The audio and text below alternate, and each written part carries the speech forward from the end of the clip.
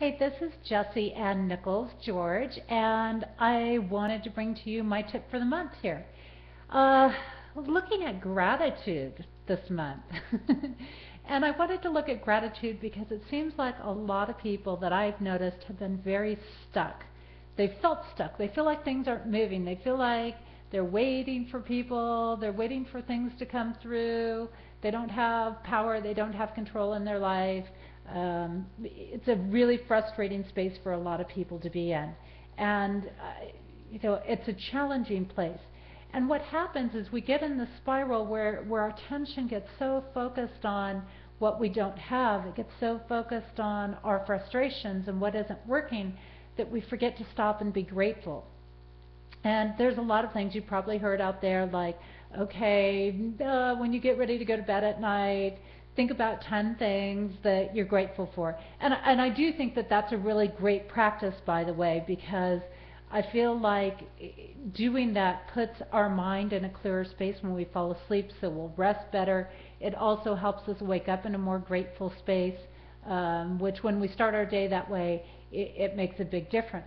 But there's certain factors there because when things are frustrating and challenging and they don't feel like they're going right in our life, then what happens is it's really hard for us to find that sincere gratitude in us.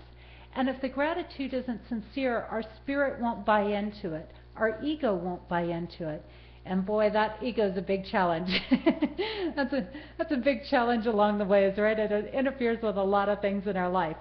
So when we look at gratitude, we want to find the things that we're truly grateful for. And it can be anything. It doesn't really matter what it is. But we bring in a philosophy in this aspect of what you think is what you're creating. Okay? Absorb that for a minute. What you think is what you are creating. So that means that if you sit there worrying about your bills, going, I don't know how I'm going to make it this month. I don't know. I've been looking for a job for a year and it's not coming through. Nobody's giving me anything. Nobody will interview me. Everybody hates me. Nobody at my work likes me. I think my boss is trying to fire me. I don't have any friends in my life. My relationship is falling apart. Whatever it is, these things don't have to be that way. But when we focus on it and we write that check every month to pay the bill, the water bill, the cable bill, whatever it is, we go to put gas in our car and all we're thinking is, I don't have enough money for this. I don't have enough money for this. So what happens is we start generating this whole aspect and this whole cascading set of events where the universe kind of comes in and it conspires and it says, oh, okay, that's what you want. You want to not have enough.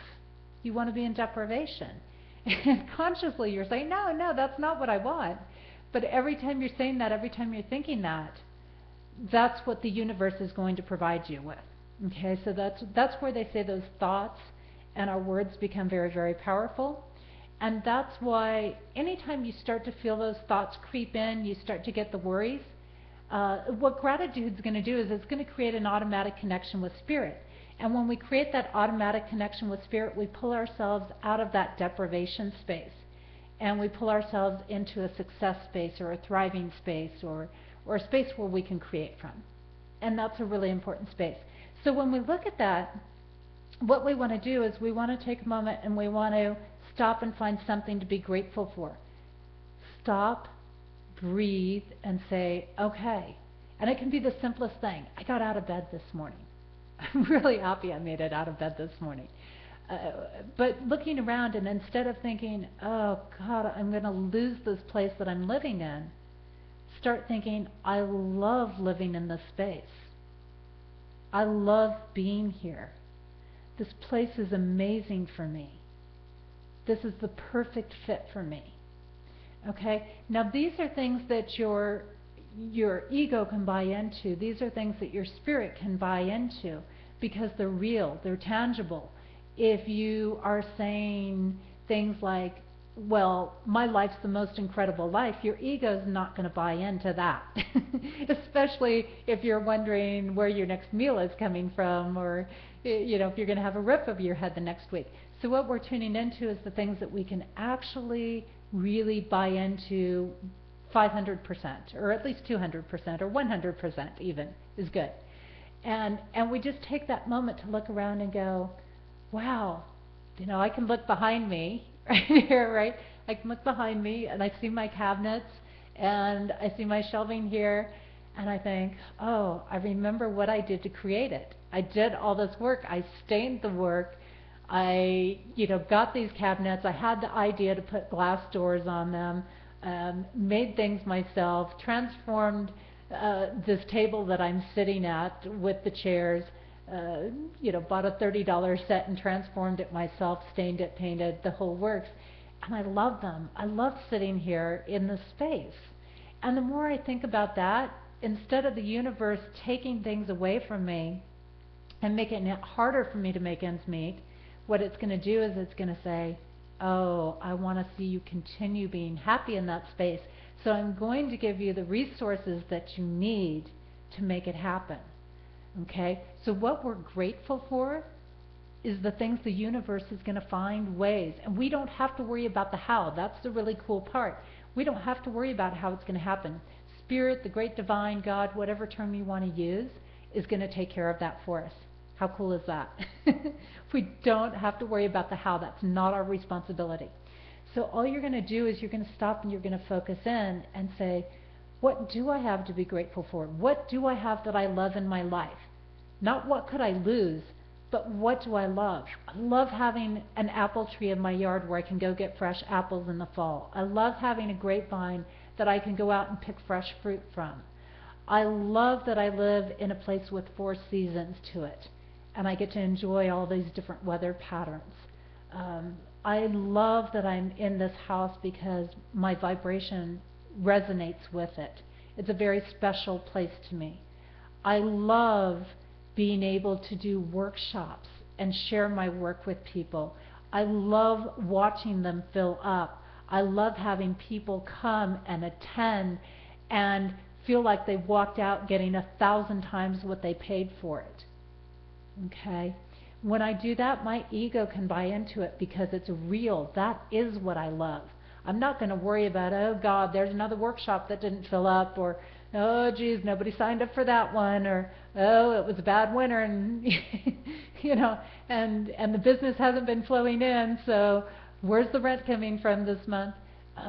Instead of worrying about it, it's a change of perception. So whenever you get that thought in, change it to what you love. Change it and say, it is so amazing to have this.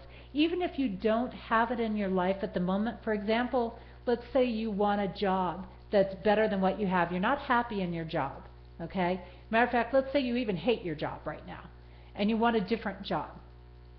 So what you're going to do is you're going to shift your thought pattern from, oh God, here's another day at work, I hate to go here, drag, drag, drag, do I really have to be into the office, to I love being paid for teaching people a way to change their lives and make it better. I love watching the transformations from the people that attend my workshops. I love seeing the shifts and the changes from the members in my Jesse's Quantum Club. I love how my life is thriving every day. I love that I don't have to pay to get my work out there, but that I create so much value for people that they want to share it, that they want other people to know about it, that they're excited about every next video that I put out and the next event that I put out, and that they're not just excited, they're planning on being there, and they're figuring out how they're going to go there, and then they come and they have this amazing experience, and it thrusts their life into a whole new space beyond what they had hoped for. Okay? So what I'm doing is I'm shifting. These things are still present. Even when they're not existent in my life, they're still present in my life. And that's an important key, because I genuinely know that these are the things I love. And when I tune into that heart space, when I tune into that vibration of what I love, when I tune into being grateful, and it's like I could sit here and say, I am grateful that every workshop I do books full. That I'm grateful that I am finding ways to find bigger venues to accommodate the people that are coming in. Okay, this is a powerful space. So it is a present thing. It's a present thing even if it's non-existent yet. Because it's not really non-existent. Because these are things that you really do love doing. These are things that you really do love focusing on. These are things you really do love happening. So like with that job situation, instead of sitting there going, oh my God, how am I going to pay the rent this month?